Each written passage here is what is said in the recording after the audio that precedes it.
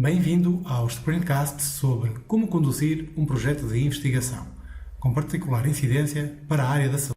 Neste vídeo vamos ver como utilizar o SPSS para apresentar tabelas de médias e gráficos de extremos e quartis que permitam descrever o comportamento de uma variável quantitativa ao longo das várias classes de uma outra variável qualitativa, ou seja, uma análise bivariada.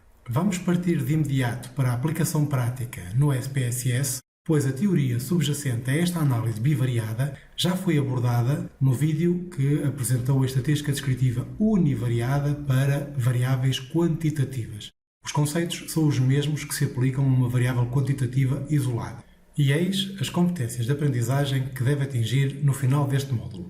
Ou seja, deve conseguir utilizar o SPSS para apresentar as tais tabelas de médias e os gráficos de extremos e quartis que permitam descrever o cruzamento de uma variável quanti com outra variável qualitativa. Por outras palavras, de que forma é que essa variável quantitativa varia ao longo das várias classes da variável qualitativa. Ao mesmo tempo, vamos também personalizar essas tabelas e esses gráficos, não ao nível de retirar informação ou alterar cores, porque já se viu isso noutros vídeos, mas, por exemplo, em fazer algo específico deste tipo de análise, como é o caso de identificar os outliers que eventualmente surjam no gráfico de extremos e quartis. É claro que, além da tabela e do gráfico, temos também que interpretar os resultados, escrevendo um comentário óbvio, que qualquer pessoa entenda, mesmo que não tenha bases de estatística, e um comentário de pormenor a essa tabela e esse gráfico, aí já fazendo o recurso aos dados estatísticos.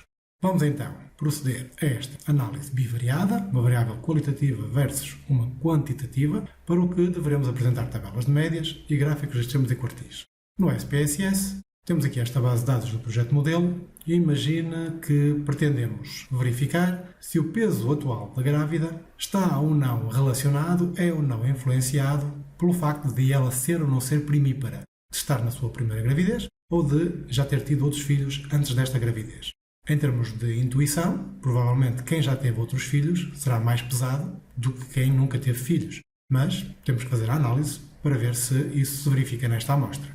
Então, para fazer a tabela, temos que ir ao menu Analyze, Descriptive Statistics e o comando Explore, exatamente como quando queremos analisar uma variável quantitativa de forma isolada. Depois, temos aqui a lista de todas as variáveis presentes na base de dados e a variável quantitativa, que neste caso é o peso atual da grávida, deve passar para a caixa que tem o título Dependent List, variável dependente. E a variável qualitativa vai para a lista dos fatores. Neste caso é se ela é primípara ou não. Sempre a quantitativa na dependente e a qualitativa no fator. Já diz aqui que vão ser apresentados ambos, estatísticas e gráficos.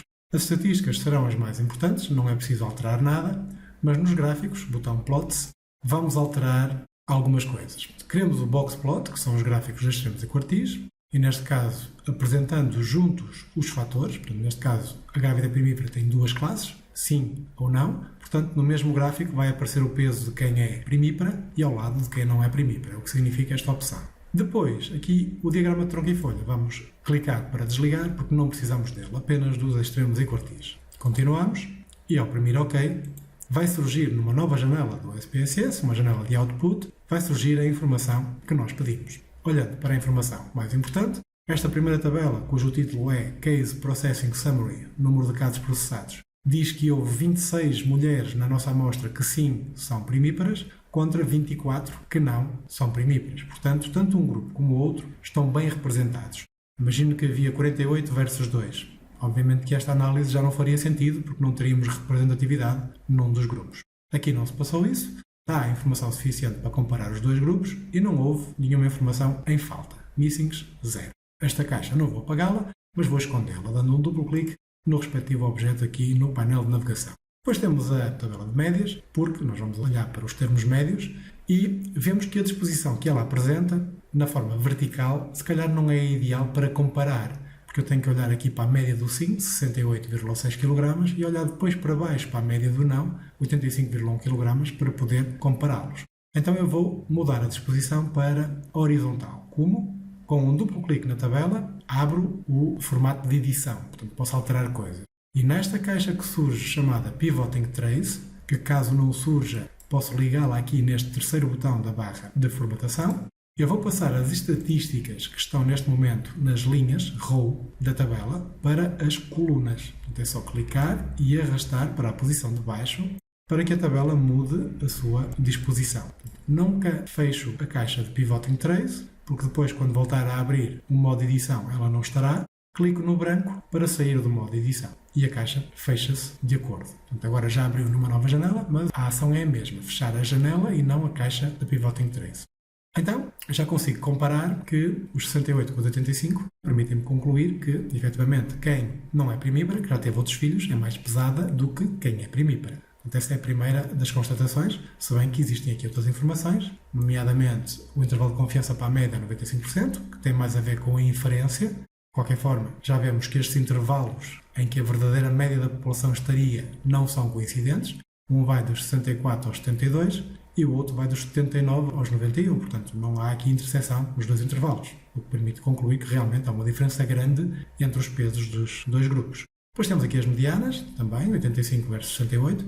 Eu ainda não sei se vou comparar médias ou se vou comparar medianas, porque ainda não analisei a forma da distribuição. Se ela for simétrica, compararei as médias. Se ela for assimétrica, vou comparar as medianas. Depois temos o desvio padrão, temos o mínimo, o máximo, temos a amplitude interquartílica e estas últimas informações já não são tão importantes. E finalmente, temos o gráfico das termos e quartis, onde vemos também claramente que as grávidas que estão na primeira gravidez têm pesos muito mais baixos, entre os 53, 54 kg e os 85, enquanto que as grávidas que já tiveram outros filhos têm os pesos bem mais acima, entre os 60 e os 105, 106 kg.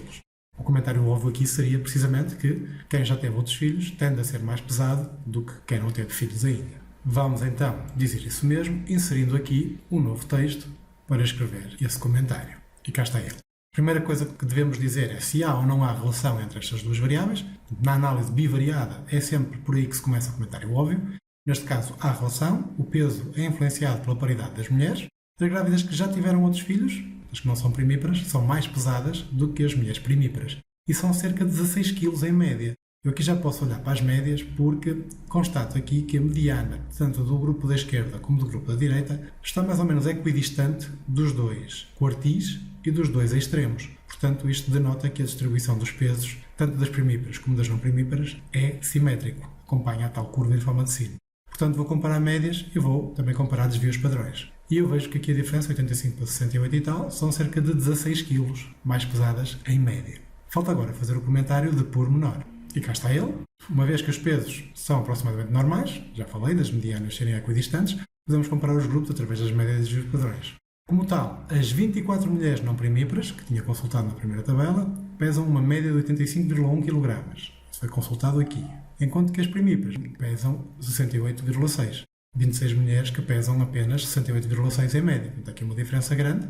E o mesmo acontece com o desvio padrão. Enquanto que o desvio padrão do primeiro grupo são 9,34, as primíparas, as não primíparas já pesam, em termos de variação, 14 kg de desvio padrão. Portanto, há uma variação muito maior. Também se vê aqui no gráfico, é mais alongado nas não primíparas do que nas primíparas. E é isso que se diz aqui. O desvio padrão do peso das não primíparas, que é cerca de 14 kg, também é bem maior do que o das primíparas, 9,3 kg, pelo que o peso daquelas varia muito mais do que o peso das primíparas. E não existem outliers em nenhum dos dois grupos, portanto não há mulheres que pesem nem muito mais nem muito menos do que as restantes que fazem parte de cada grupo. Com isto, estaria terminada a análise bivariada destas duas variáveis, em que a quantitativa segue a distribuição normal. Falta apenas mudar o nome aqui em cima deste bloco, que seria uma tabela de médias mais um gráfico de extremos e quartis, do peso por paridade. E, nos próximos pedidos que eu vier a fazer, já poderei implodir este ramo, porque sei o que é que lá está representado.